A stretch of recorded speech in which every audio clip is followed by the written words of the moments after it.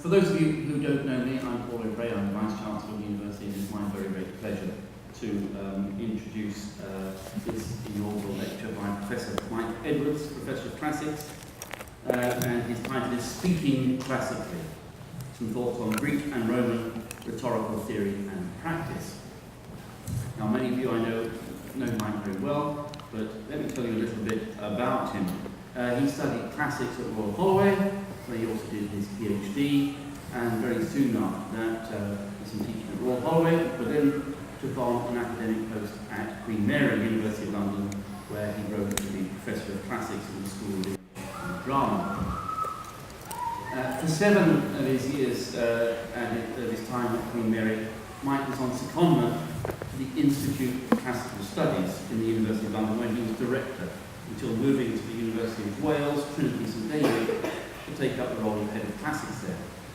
Then I'm delighted to say that he joined us here at Roehampton in time for the new academic year in 2013.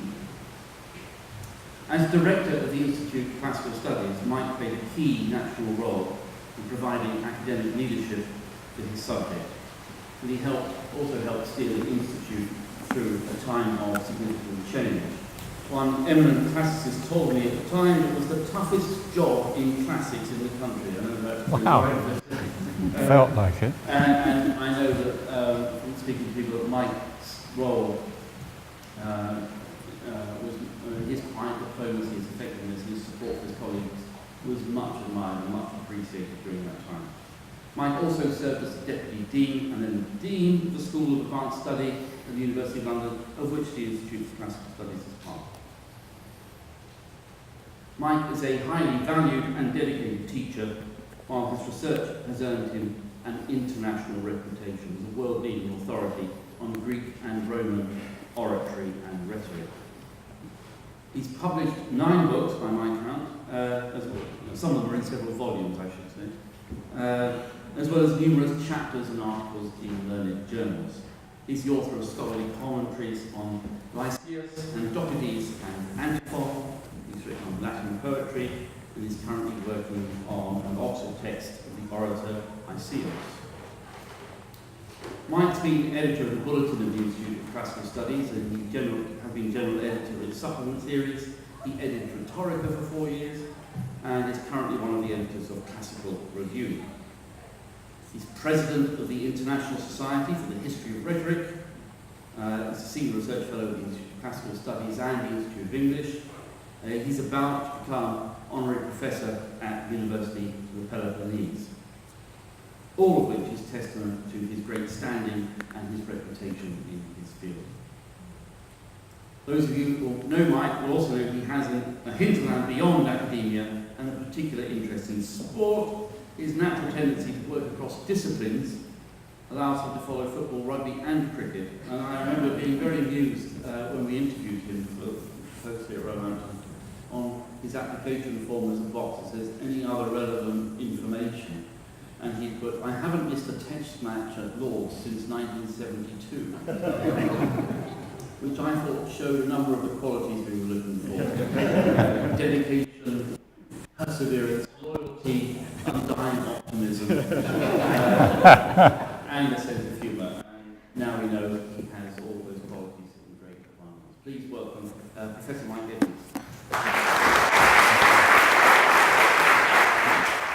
Thank you very much indeed, Paul, for that extremely generous and kind introduction, which I will undoubtedly fail to live up to, I'm quite sure. And thank you all for coming.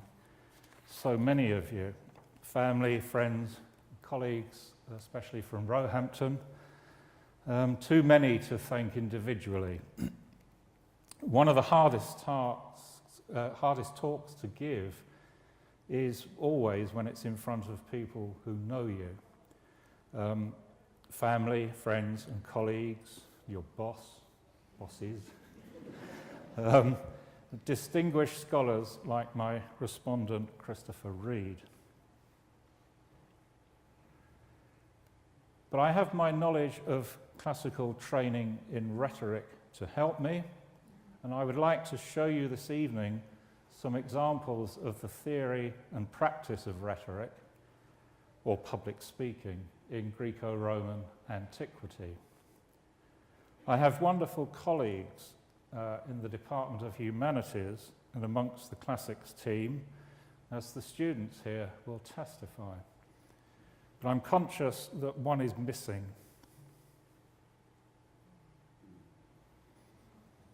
Excuse me. This is for Rosemary. As the new Nobel Prize winner for literature wrote in 1988, when you're sad and when you're lonely and you haven't got a friend, just remember that death is not the end. Let's lighten things up a little. Ah! Success at last! You did it! You did it! Jessup! Jessup, you... Jessup! Where is Jessup? Jessup? Oh, about 35 miles southeast of Augusta, Georgia. No, I mean my butler. Oh, he went somewhere to look for an electric chair. Was there something we could do for you? Yes, a splendid idea. You shall be the first to witness the greatest scientific discovery of the age. And it's mine, all mine. Come. Come.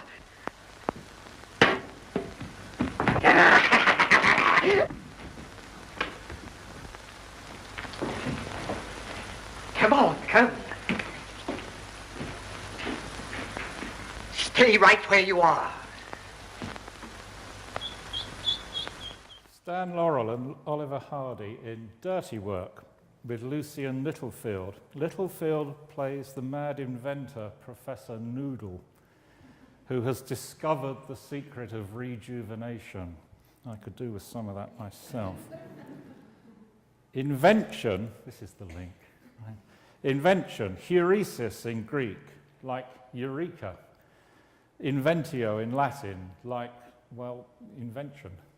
Was the first of the 5 parts of rhetoric. And I've been working for over 12 years now, as Paul mentioned, on an Oxford classical text of the 4th century BC Greek orator Isaias. And he will be the focus of my Greek examples this evening. Isaias was a logographer, or speechwriter, who wrote speeches for clients involved in litigation. There were no lawyers in ancient Athens. This is what the cover of the book will look like when I eventually finish it. For Lycei, read Isaiah, and for my good friend Christopher Carey, read Michael Edwards. I hope mine will live up to the high standards of the series and the still higher standard set by Professor Carey. There is plenty of invention in Isaias' speeches, both in the ancient sense of the word, discovering the necessary arguments, and in the modern sense of making it up. Isaias, whom modern scholars of Athenian law regularly regard as the orator who comes closest to being a legal expert because of his concentration on complex inheritance cases, clearly has a thoroughgoing knowledge of the inheritance laws in particular. In what is the most complex of the cases we have, Isaias 11 on the estate of Hagnias, the speaker, one Theopompus here, has successfully claimed the estate of the long-deceased Hagnias here against a woman called Philomache here, who claimed to be Hagnias' first cousin once removed on his father's side by being the granddaughter of another Philomache, the sister of Hagnias' father, Polemon. Complicated, isn't it? Theopompus, however, satisfied a panel of jurors that the elder Philomache was not a legitimate sister of Polemon. Consequently, the younger Philomache was Hagnias' second cousin once removed through her great-grandfather Eubulides. the brother of Hagnias's grandfather, Hagnias. Greek families, as you can see, recycled the same male names, but they skipped a generation. So the eldest son was named after his paternal grandfather. As a result, Theopompus was the younger Hagnias's closest relative, and he secured the estate. However, Theopompus had allegedly done a deal with his deceased brother Stratocles that he would give half the estate to Stratocles' son. And he was now being prosecuted for maltreatment of an orphan by another of the boy's guardians. Isaias wrote Theopompus' defense speech, in which he argues that the law of succession of collateral relatives, which distinguish close from more distant relatives, define close relatives as being relatives as far as the children of cousins. The legal problem is that the Greek for cousin, nepsios, covered what in England we would call first cousins and second cousins. But it is not clear whether the phrase children of cousins means children of first cousins, i.e. first cousins once removed, or of second cousins, i.e. children of a parent's first cousin. Complicated, isn't it? Theopompus was Hagnias' second cousin, and so if children of cousins in the law means first cousins once removed, he was outside the legal degree of kinship. But we know from a later speech in the Demosthenic corpus that Theopompus won, and his own son, Macatatus, may also have won a subsequent case on this basis. So that is how the jurors in this case were persuaded by Isaias to interpret the law. It is clear that the son of Theopompus' brother Stratocles, i.e. Theopompus' nephew, being the son of a second cousin, must have been outside the legal degree of kinship. But the argument of Theopompus' opponents will have been that Stratocles was equally entitled to inherit as his brother Theopompus, though he had not established his claim before his death. And so his son should have inherited Stratocles' share of the estate. And this is indeed what later happened with Theopompus' own son, Macatatus. But the jurors found in Theopompus' favour. Modern legal scholars have disputed whether Theopompus' arguments are sound, i.e. Isaias discovered the arguments appropriate to the case, or whether he was in fact what John Davies called him, a thorough-paced scoundrel, i.e. Isaias made up or invented the arguments. But it is perhaps hardly surprising that the jurors found for him, especially when they listened to complex arguments based on the law, such as the one you're looking at on the slide. Note the effective rhetorical question at the end. How then can those to whom the law does not award Hagnias' estate, even if I were dead, think that when I'm alive and in possession in accordance with the laws, they have the right of succession themselves? They cannot possibly think this. But if this is an example of invention in the area of logos, argument, invention might equally be applied to ethos, character, and pathos, emotions, as well, which Aristotle recognized as being the three vital parts of argumentation. Thus, when in 346 Demosthenes made the mistake of getting the libertine Timarchus to prosecute his great political rival Aeschines of misconduct in office, Aeschines countered with a prosecution of Timarchus under the terms of the Dokimasia ton rhetorion, or scrutiny of public speakers. The basis of the charge was that Timarchus was debarred from public life by his private conduct, in that he had prostituted himself as a young man. Aeschines destroys Timarchus' character via an extended narrative of his sexual habits with witness testimony. And just to give you an edited taste,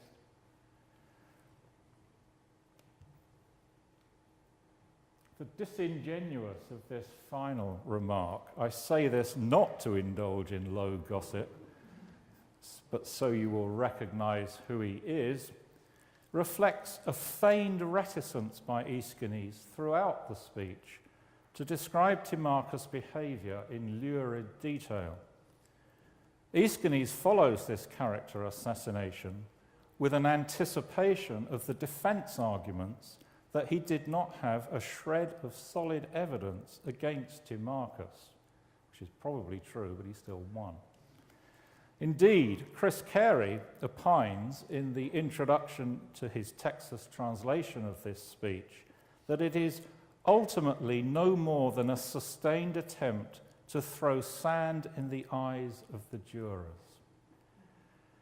That immediately reminds the classicists amongst us of Cicero in the Pro Cluentio, where Cicero's client, Aulus Cluentius Habitus, was accused in 66 BC by his own mother, Sassia, of poisoning his stepfather, Oppianicus. Cicero did not have to look far for his defense arguments because the mother's character made them for him. Married 3 times, at one point, Sassia allegedly forced her own daughter to divorce her husband so that she could marry him herself. Cicero destroys Sassia as he later destroys poor Clodia. At first, but even so not for long, she contrived somehow to restrain her passion, but soon there arose in her so fiery a madness, such transports of inflammatory lust, that her passion was undeterred by considerations of honor, of modesty, or of natural feeling, of family disgrace or public scandal, of a son's indignation or a daughter's tears. It's a classic tricolon of things here. Later, according to the famous 1st century AD Roman rhetorician Quintilian, when Cicero boasted that he had cast a cloud of darkness over the eyes of the jury in the case of Cluentius, he saw clearly enough himself. So that's ethos, character. And since we're on the theme of sexual misconduct, I might as well illustrate pathos, rousing emotions, by giving you another example of the inventive use of sex in advocacy. Now here's a question. What's the best way of arousing sympathy for your client if she is a courtesan accused of impiety in front of a jury consisting entirely of men? How do you get her off? Especially if she is the model for the Cnidian Aphrodite. Rosemary would have told you this is by Praxiteles, the first naked female statue that we have. What do? Bring her into court and get her to take her top off, as Hyperides supposedly did with Phryne. José Frappa is truer to the story, but less inventive than Jean-Léon Gérôme. You can buy Phryne statues at your local garden centre, like I did.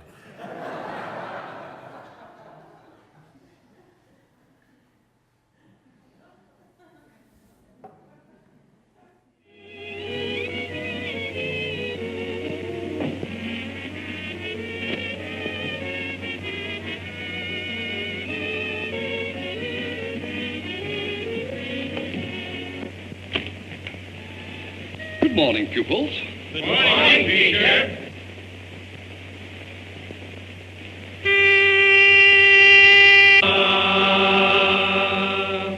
Good morning to you. Good morning to you. Good morning, dear teacher. Good morning to you. Very, very good. Now, once more. Good morning to you. Good morning to you. Good morning, dear playmates. Good morning to you. Inasmuch as you are new pupils, I'll excuse that. But I'll have no playing in my class.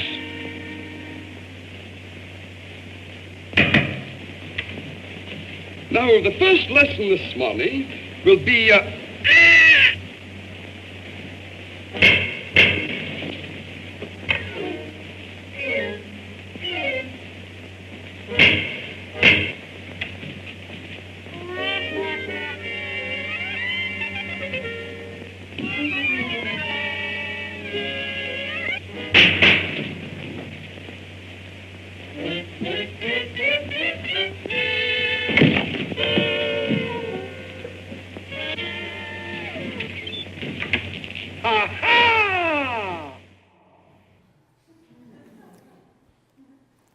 Pardon us with the brilliant and incomparable James Finlayson trying in vain to keep order amongst a motley gang of prisoners.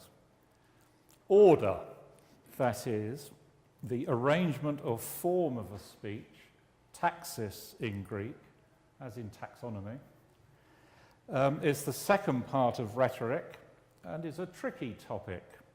A few years ago, Michael de Brouwer wrote a very good chapter on the parts of speech in Ian Worthington's A Companion to Greek Rhetoric. A Greek speech regularly has four main parts: proem, or introduction, narrative, proofs, and epilogue. In discussing the origins of these four parts, de Brouwer notes that authorities can differ as to what counts as a canonically divided speech. Thus, anyone's count is open to argument. That said, I find 24 canonically divided speeches. Among these are several that, as de Brouwer predicts, I would not myself consider to be readily divisible into four parts. Thus, de Brouwer lists 5 speeches of Isaias, numbers 1, 2, 7, 8, and 10. And while speech 1 and the short speech 10 fit the bill, I do not think the same can be said of the others.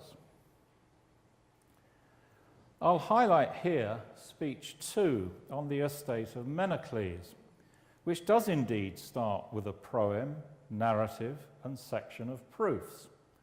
But after a transitional passage, the speaker moves into a second narrative concerning the quarrel between Menocles and his brother over the sale of their property. The telltale sign for me is the second word in the Greek of section 28, gar.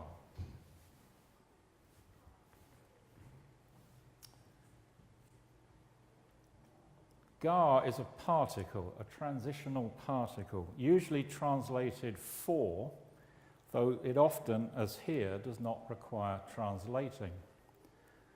My very first Greek teacher, John Breach, told me nearly 50 years ago, Edwards, when you have mastered the particles, then you will have mastered Greek. I think I'm slowly getting there. The particle gar is regularly found at the start of oratorical narratives, and indeed that is the case in this speech at the start of the first narrative in section 3. This second narrative is then followed by a second set of proofs and an epilogue. Similar things can be said about speeches 7 and 8. Since then, only 2 of Isaiah's surviving 11 speeches follow the standard model. His method, it is clear, is different.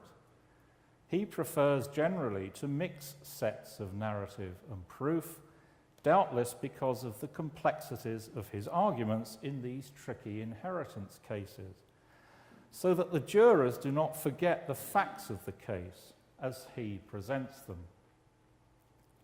Some other speeches in de Brau's list are likewise questionable, including Aeschines against Timarchus, which we met earlier, and in which sections 6 to 36 contain a discussion of the laws before the narrative, as Nick Fisher showed in his commentary on the speech.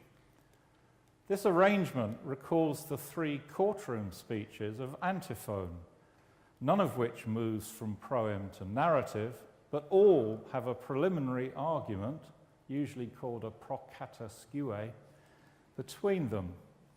But it's the relative brevity of de Brau's list that is perhaps telling. Less than a quarter of the surviving forensic speeches. I've suggested before that it may have something to do with the way orators adapt the standard format that leads in part to their inclusion in the so-called canon of the 10 best orators, the, as it were, Premier League of speakers, Demosthenes being Chelsea. Wait for it. This applies even to the regularly slated Andocides, or Tottenham, whose On the Mysteries is a complex defense against 3 charges.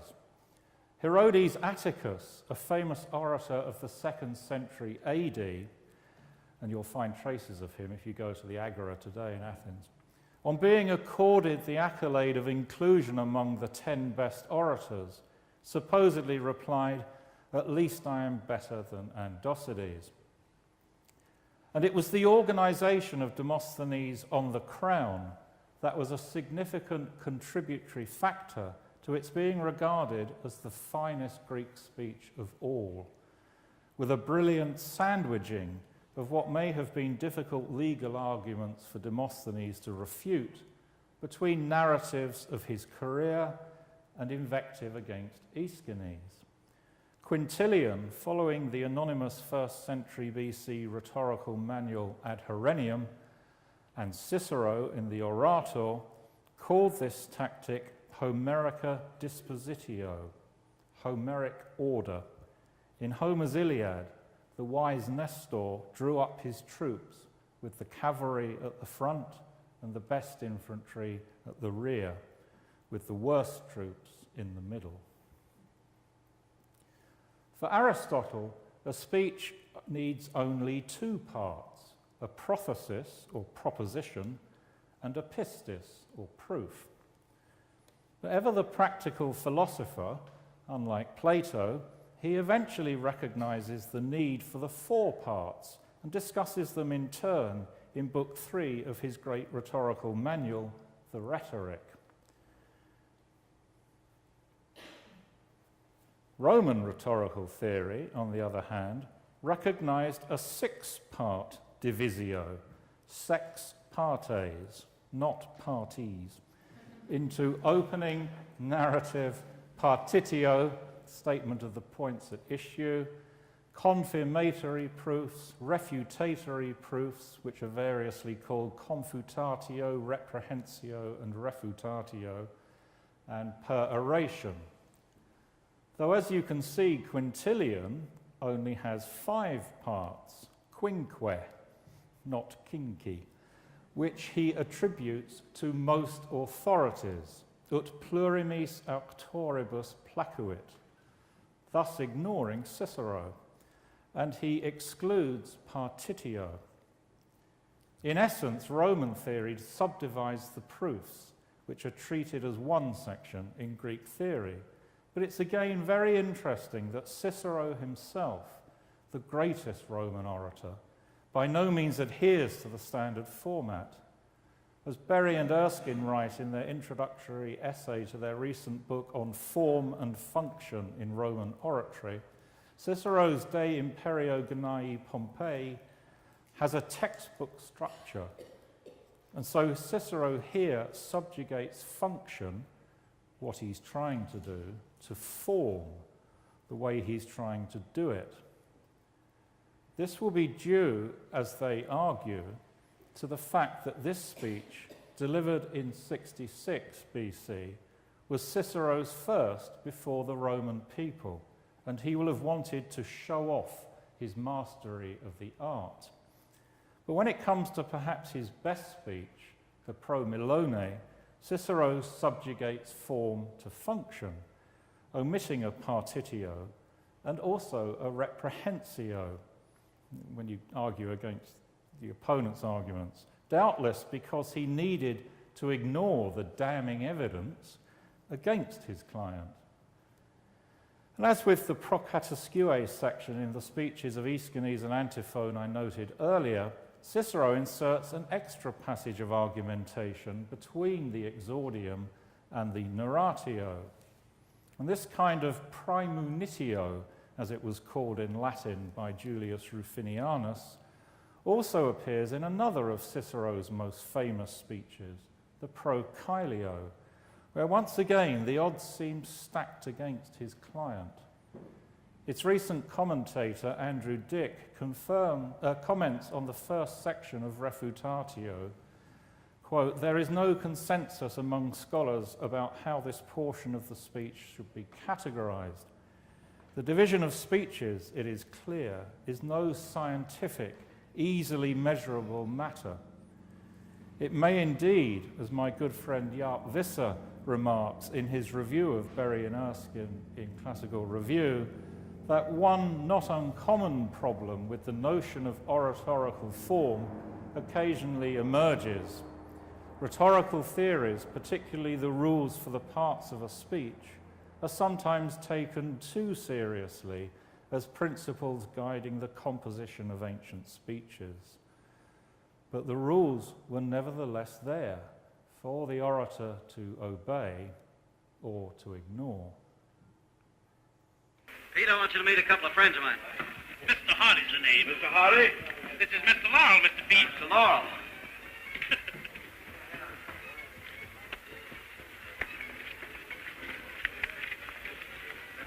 How's everything been, Frank? Not too bad, Pete. You in lately? Yes, on this morning.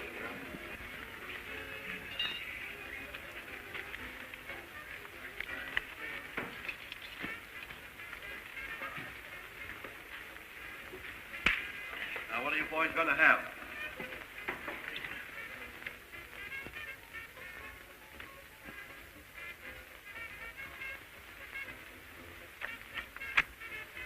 What about a large, juicy steak, officer? That sounds good to me. 3 great big steaks smothered in onions. Yes, sir. And don't forget, plenty of onion. Yes, sir. Oh, garçon, Yes, sir. bring me a parfait. Yes. Put one on my steak, too. You don't put parfaits on steaks. Just cancel the parfaits. Yes, sir. But bring me a small demitasse. Yes, sir. Oh, Gaston, Yes, sir. bring me one, too, in a big cup. A big cup. Where were you brung up? Pass the hors d'oeuvre. You'll pardon my friend's ignorance.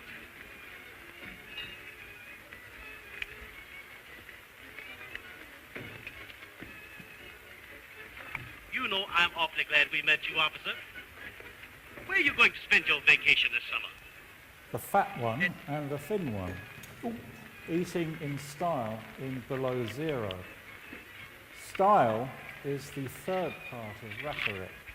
Lexis, as in lexicon, it's to do with words. But Isaiah's style was not to everyone's taste. Despite some praise at the start of this passage, Dionysius of Halicarnassus compares him unfavorably with Lysias, who for the ancient critics was the model of the plain style. But Isaiah's was important for one thing, if nothing else.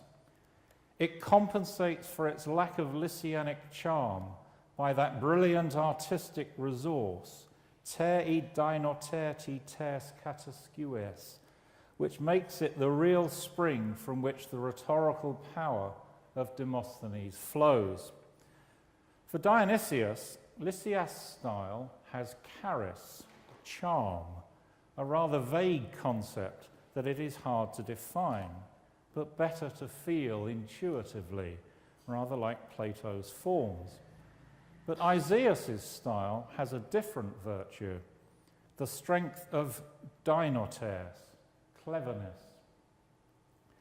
This word comes from the root dine, whose meaning can be both positive in the sense of clever and negative in the sense of terrible, like dinosaur.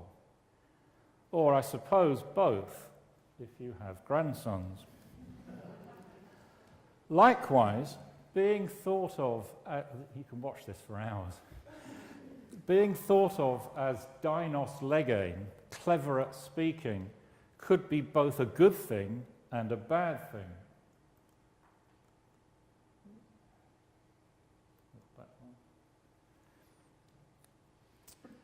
Similarly, possessing the quality of dinotes, cleverness, could render a speaker suspicious, as Thucydides tells us was the case with Antiphon. Here. While Demosthenes attacked Philip of Macedon for his dinotes on the Crown 144.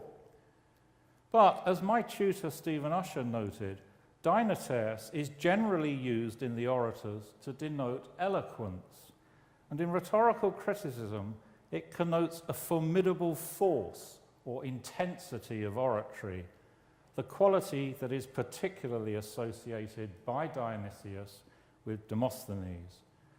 But for Dionysius, Isaias too, being Demosthenes' teacher in the tradition, possessed that quality.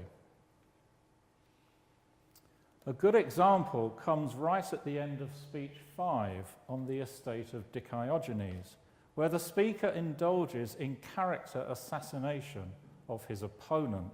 We've had plenty of that in the recent American debates. Note the hypophora at the end, asking questions and then answering them. The hypophora is at the start, in bold. There's a sudden apostrophe at the end, in which you do not share at all, Diciogenes. Apostrophe is a figure in which you address your opponent directly. Again, we've had plenty of that. In performance, the speaker, Menexenus, must have sneered and pointed at his opponent. But I cannot resist an example of Demosthenes' supreme style from the start of a speech, the famous opening to the Third Philippic, the finest political speech of antiquity. And I give you Jeremy Trevett's brave translation of the brilliant single periodic sentence in the Greek, the second half of which might be taken as a prescient commentary on the situation today in Greece. Plus ça change for the beleaguered Athenians. For Aristotle, the virtue of diction, lexeos arete, consists of clarity and appropriateness. His successor, Theophrastus, added correctness of language and ornament. And while these four virtutes dicendi were taken up by Cicero and Quintilian, for Quintilian, possession of the virtue of ornament clearly was the most important of the four. But with elegance and ornament, the orator is out to recommend himself as well as his cause, and seeks not only, as in all his other activities, the judgment of experts, but also the praise of the general public. He is fighting with weapons that are not only effective, but polished and gleaming. Metaphor, of course, like the one with which Quintilian ends this passage, is essential. As for appropriateness, diction will vary according to the purposes of the speech. And so alongside the virtues develop the theory of the three styles of speaking, genera dicendi, of plain, middle, and grand. This was again the work of Theophrastus, and while the Athenian orators tended to be classified according to one of these styles, for Cicero, the perfect orator should be a master of all three. and I leave it to you to guess who Cicero thought came closest to what he calls that Platonic idea. But here is a clue.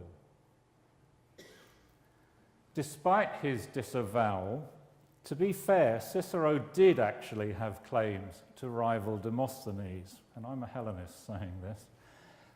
His opening to the Pro-Caelio being a case in point. This is two sentences in the Latin, as in the English translation here.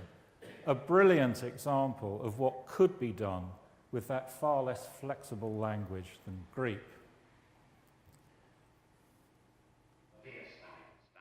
By the way, Fatty, I've noticed lately that you're getting terribly sloven. How do you mean, sir? Well, you don't seem to have the dignity becoming of a lackey. No poise. You don't walk right or something. Let me see. Pull in your stomach. That's better. Now throw your shoulders back. That's right. Now chin up. Chin up. No. Both of them. Both. There, that's better now. Now walk around. Let me see you. Now snap into it. Make it brisker. Brisker. Now chins up. Chin. Now look what you've done, clumsy. Listen, I've had enough of this. Why, I knew you and I had more brains in my little finger than you had in your whole carcass, even with your overcoat on. You're a witty old stick in the mud, aren't you, Fatty? You bet I am, and don't call me fatty. Now, don't get excited, old dear. Who's excited? I'm through. You can take your Lordships, your Oxford, and your Paddingtons, and do what you like with them. Why, I'm I've never been so humiliated in all my really life. trying to help you out, really, old dear. No thing intentional, really. And there's one more thing, too. I didn't like that double chin crack. Well, that, Ah! you know, And I don't cover it. my goodness, what a temper.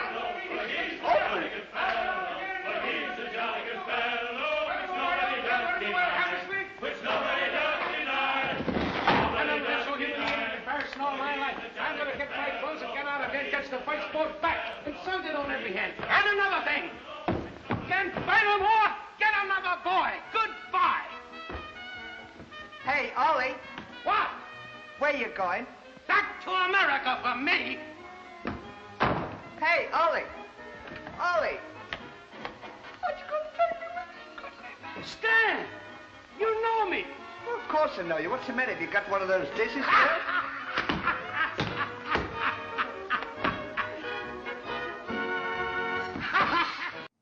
You can take your Oxford.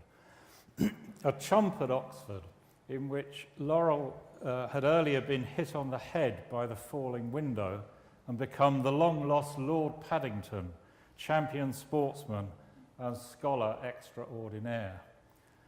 The second blow returns him to normal, as it were.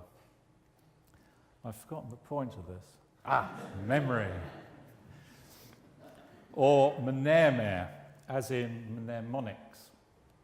Once you have discovered the arguments you wish to use, in which order you wish to use them, and how best to present them stylistically, you have to remember them. Both Cicero and Quintilian attribute the invention of mnemonics to Simonides of Chios in the late 5th or early 4th century BC. There's another early mention of memory in the 5th century BC rhetorical piece Dissoi Logoi, or contrasting arguments. But our first extant discussion of memory comes in the 1st century BC treatise Ad Herennium.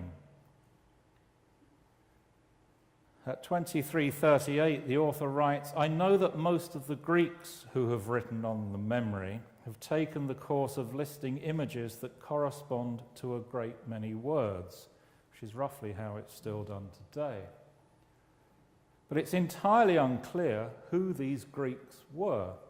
Aristotle, for instance, does not discuss memory in the rhetoric, but there's an interesting scene in Plato's Phaedrus, as Socrates persuades Phaedrus to read out, and he does read, not recite from memory, a speech on the theme of love allegedly composed by Lysias. Phaedrus admits that he has not learned the speech by heart, and indeed asks Socrates, "Do you think that I, an amateur, idioten, will be able to repeat from memory?" Idiotes, now our word idiot, strictly means a private citizen. But Phaedrus, as an interlocutor of Socrates, was no ordinary Athenian. And his words presumably might be applied to many of Lysias' clients, as well as to the many ordinary litigants who were the clients of the Athenian speechwriters. Memory probably did not become part of rhetorical theory until as late as the 2nd century BC. I do not think, however, there's any doubt that the expectation of a man speaking in public, like this, was that he should deliver an oral, not a written presentation, like this. But I do still wonder if the expectation was always fully met. Take, for instance, the case of the Mytilenean Euxithius in Antiphon 5 on the murder of Herodes. He's clearly a relatively young man, but the proem to this speech is very carefully constructed in an intricate, grand style. He begins with the topos, a commonplace of inexperience, couched antithetically, I wish, but. And chiastically, the argument is in the form of the Greek letter chi, like an X, ability to speak, experience, inability to speak. As commentators, like me, have observed, Antiphon's artistry here belies Euxithius' claim to inexperience. But I also wonder if Euxithius really could have learned by heart the long speech that comes down to us as Antiphon 5. He complains that he had been imprisoned before the trial, and one wonders how he can have consulted Antiphon and learned the speech under those circumstances. There was then the frightening prospect for a Mytilenean of facing an Athenian court, because Mytilene had only a few years previously revolted from Athens. And we remember the fragment of Euripides concerning the fear that stuns a man on trial for homicide. I doubt that Euxithius was the only litigant who feared for his future, and even professional speakers like Demosthenes on the embassy to Philip, or Cicero at the trial of Milo, allegedly did not give of their best on stressful occasions. Demosthenes dried up, but Cicero had the runs.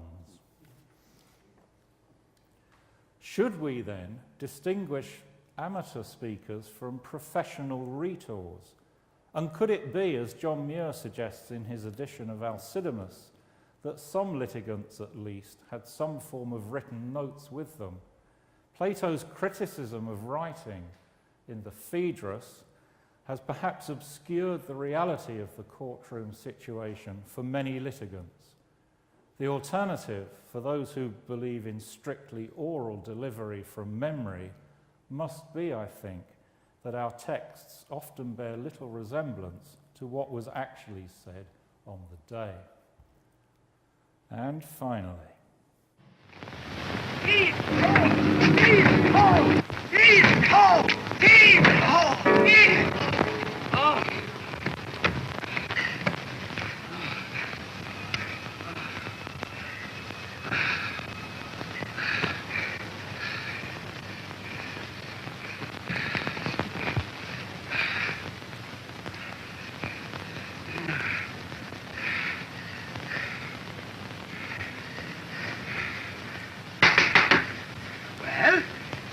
When are you two numbskulls going to take this thing out of the way? What's it to you? I should like to pass. Why don't you walk around? What, walk around? Me, Professor Theodore von Schwarzenhofer, M.D., A.D., D.D.S., F.L.D., F.F.F., and F, should walk around? Get that thing out of my way! Get out of my way! Come on, get out of the way! Out of the way!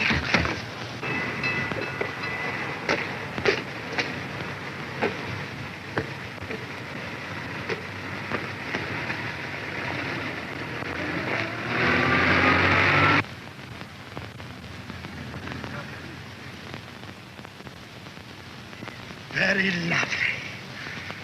I'll have you arrested for this. I'll have you thrown in jail. I'm Professor DDH.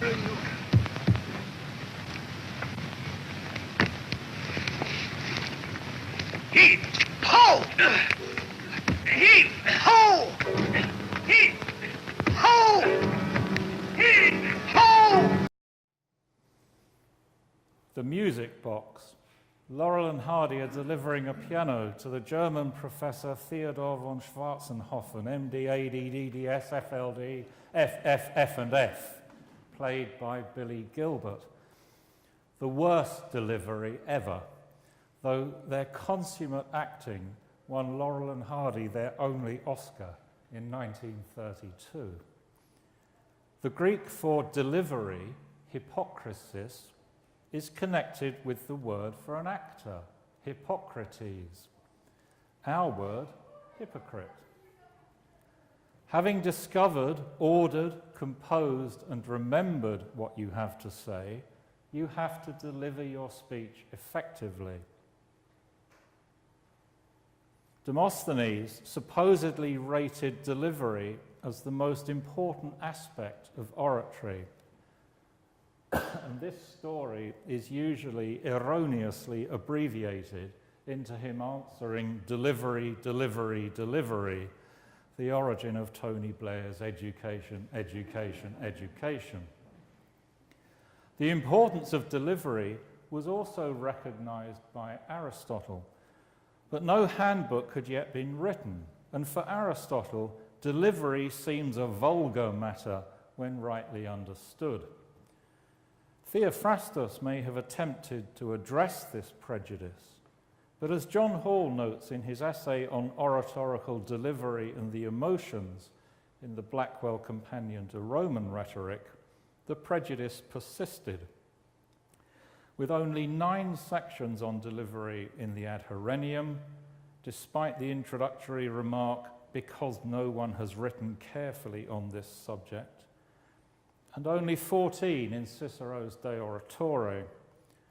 It was left to Quintilian to produce our most extensive treatment of the topic, 184 chapters in Book 11. Quintilian does not do things by halves, and he offers a detailed examination of voice and gesture, even to the extent of how you use your eyebrows, like Roger Moore. Similarly, in modern times, the performance of oratory has only more recently become a popular topic, and I've even written about it myself. Since time is short, I shall confine myself to 2 brief examples. In his discussion of figures of thought in Book 9, Quintilian notes the importance in delivery of prosopopoeia and apostrophe. Prosopopoeia was when a speaker acted the role of another, usually dead person.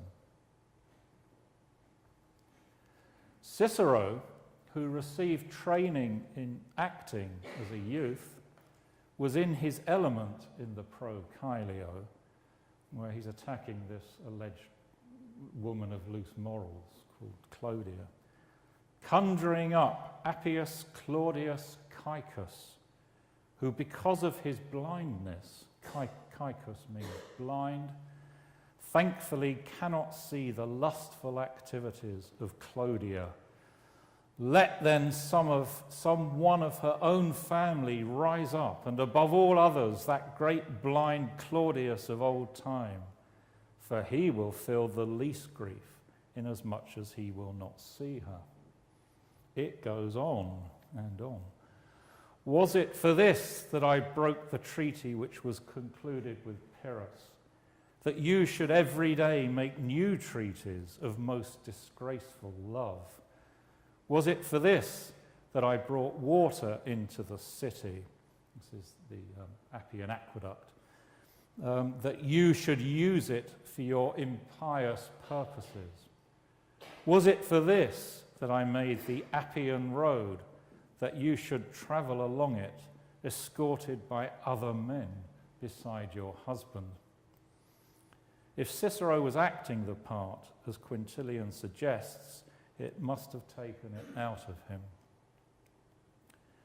Prosopopoeia is not common in the Greek orators, who, it seems to me, were better at using apostrophe, or turning aside to address someone or something other than the audience, usually one's opponent, in a hostile way. This was Usher's definition. The effect must at times have been quite profound. I mentioned earlier the apostrophe at the end of Isaiah 5, which ends with one of the longest character assassinations in Athenian oratory. And it is to Isaiah's pupil, Demosthenes, that I turn for the last word on the topic. Page after page of personal abuse of Aeschines in On the Crown finally reaches the nub of the matter. For if the city chose to surrender without a fight the position that our forefathers faced every danger to acquire, who would not have spat on you? Not indeed on the city, not on me. Note the onomatopoeic katetusen, spat, as well as the paraprostokion, saying something that is unexpected, with you replacing the expected us at the end. The pupil clearly learned well.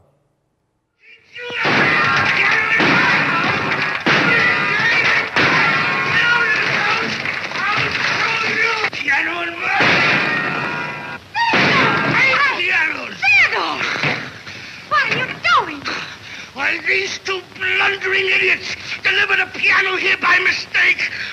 Look at our home. Why, it wasn't a mistake, darling. I bought the piano to surprise you on your birthday. Oh, there, dear. I wouldn't have had this happen for $1 million. I thought you said you hated pianos. What, me hate pianos? Why, I'm nuts about them. Oh. Excuse me, gentlemen. What can I do to show you how sorry I am? Just sign here. Service with a smile. Stanley, the pen.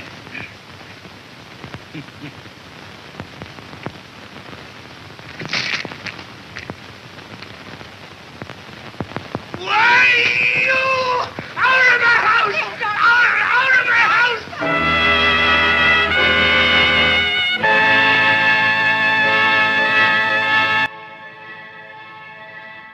That's the end. Thank you very much for your kind attention.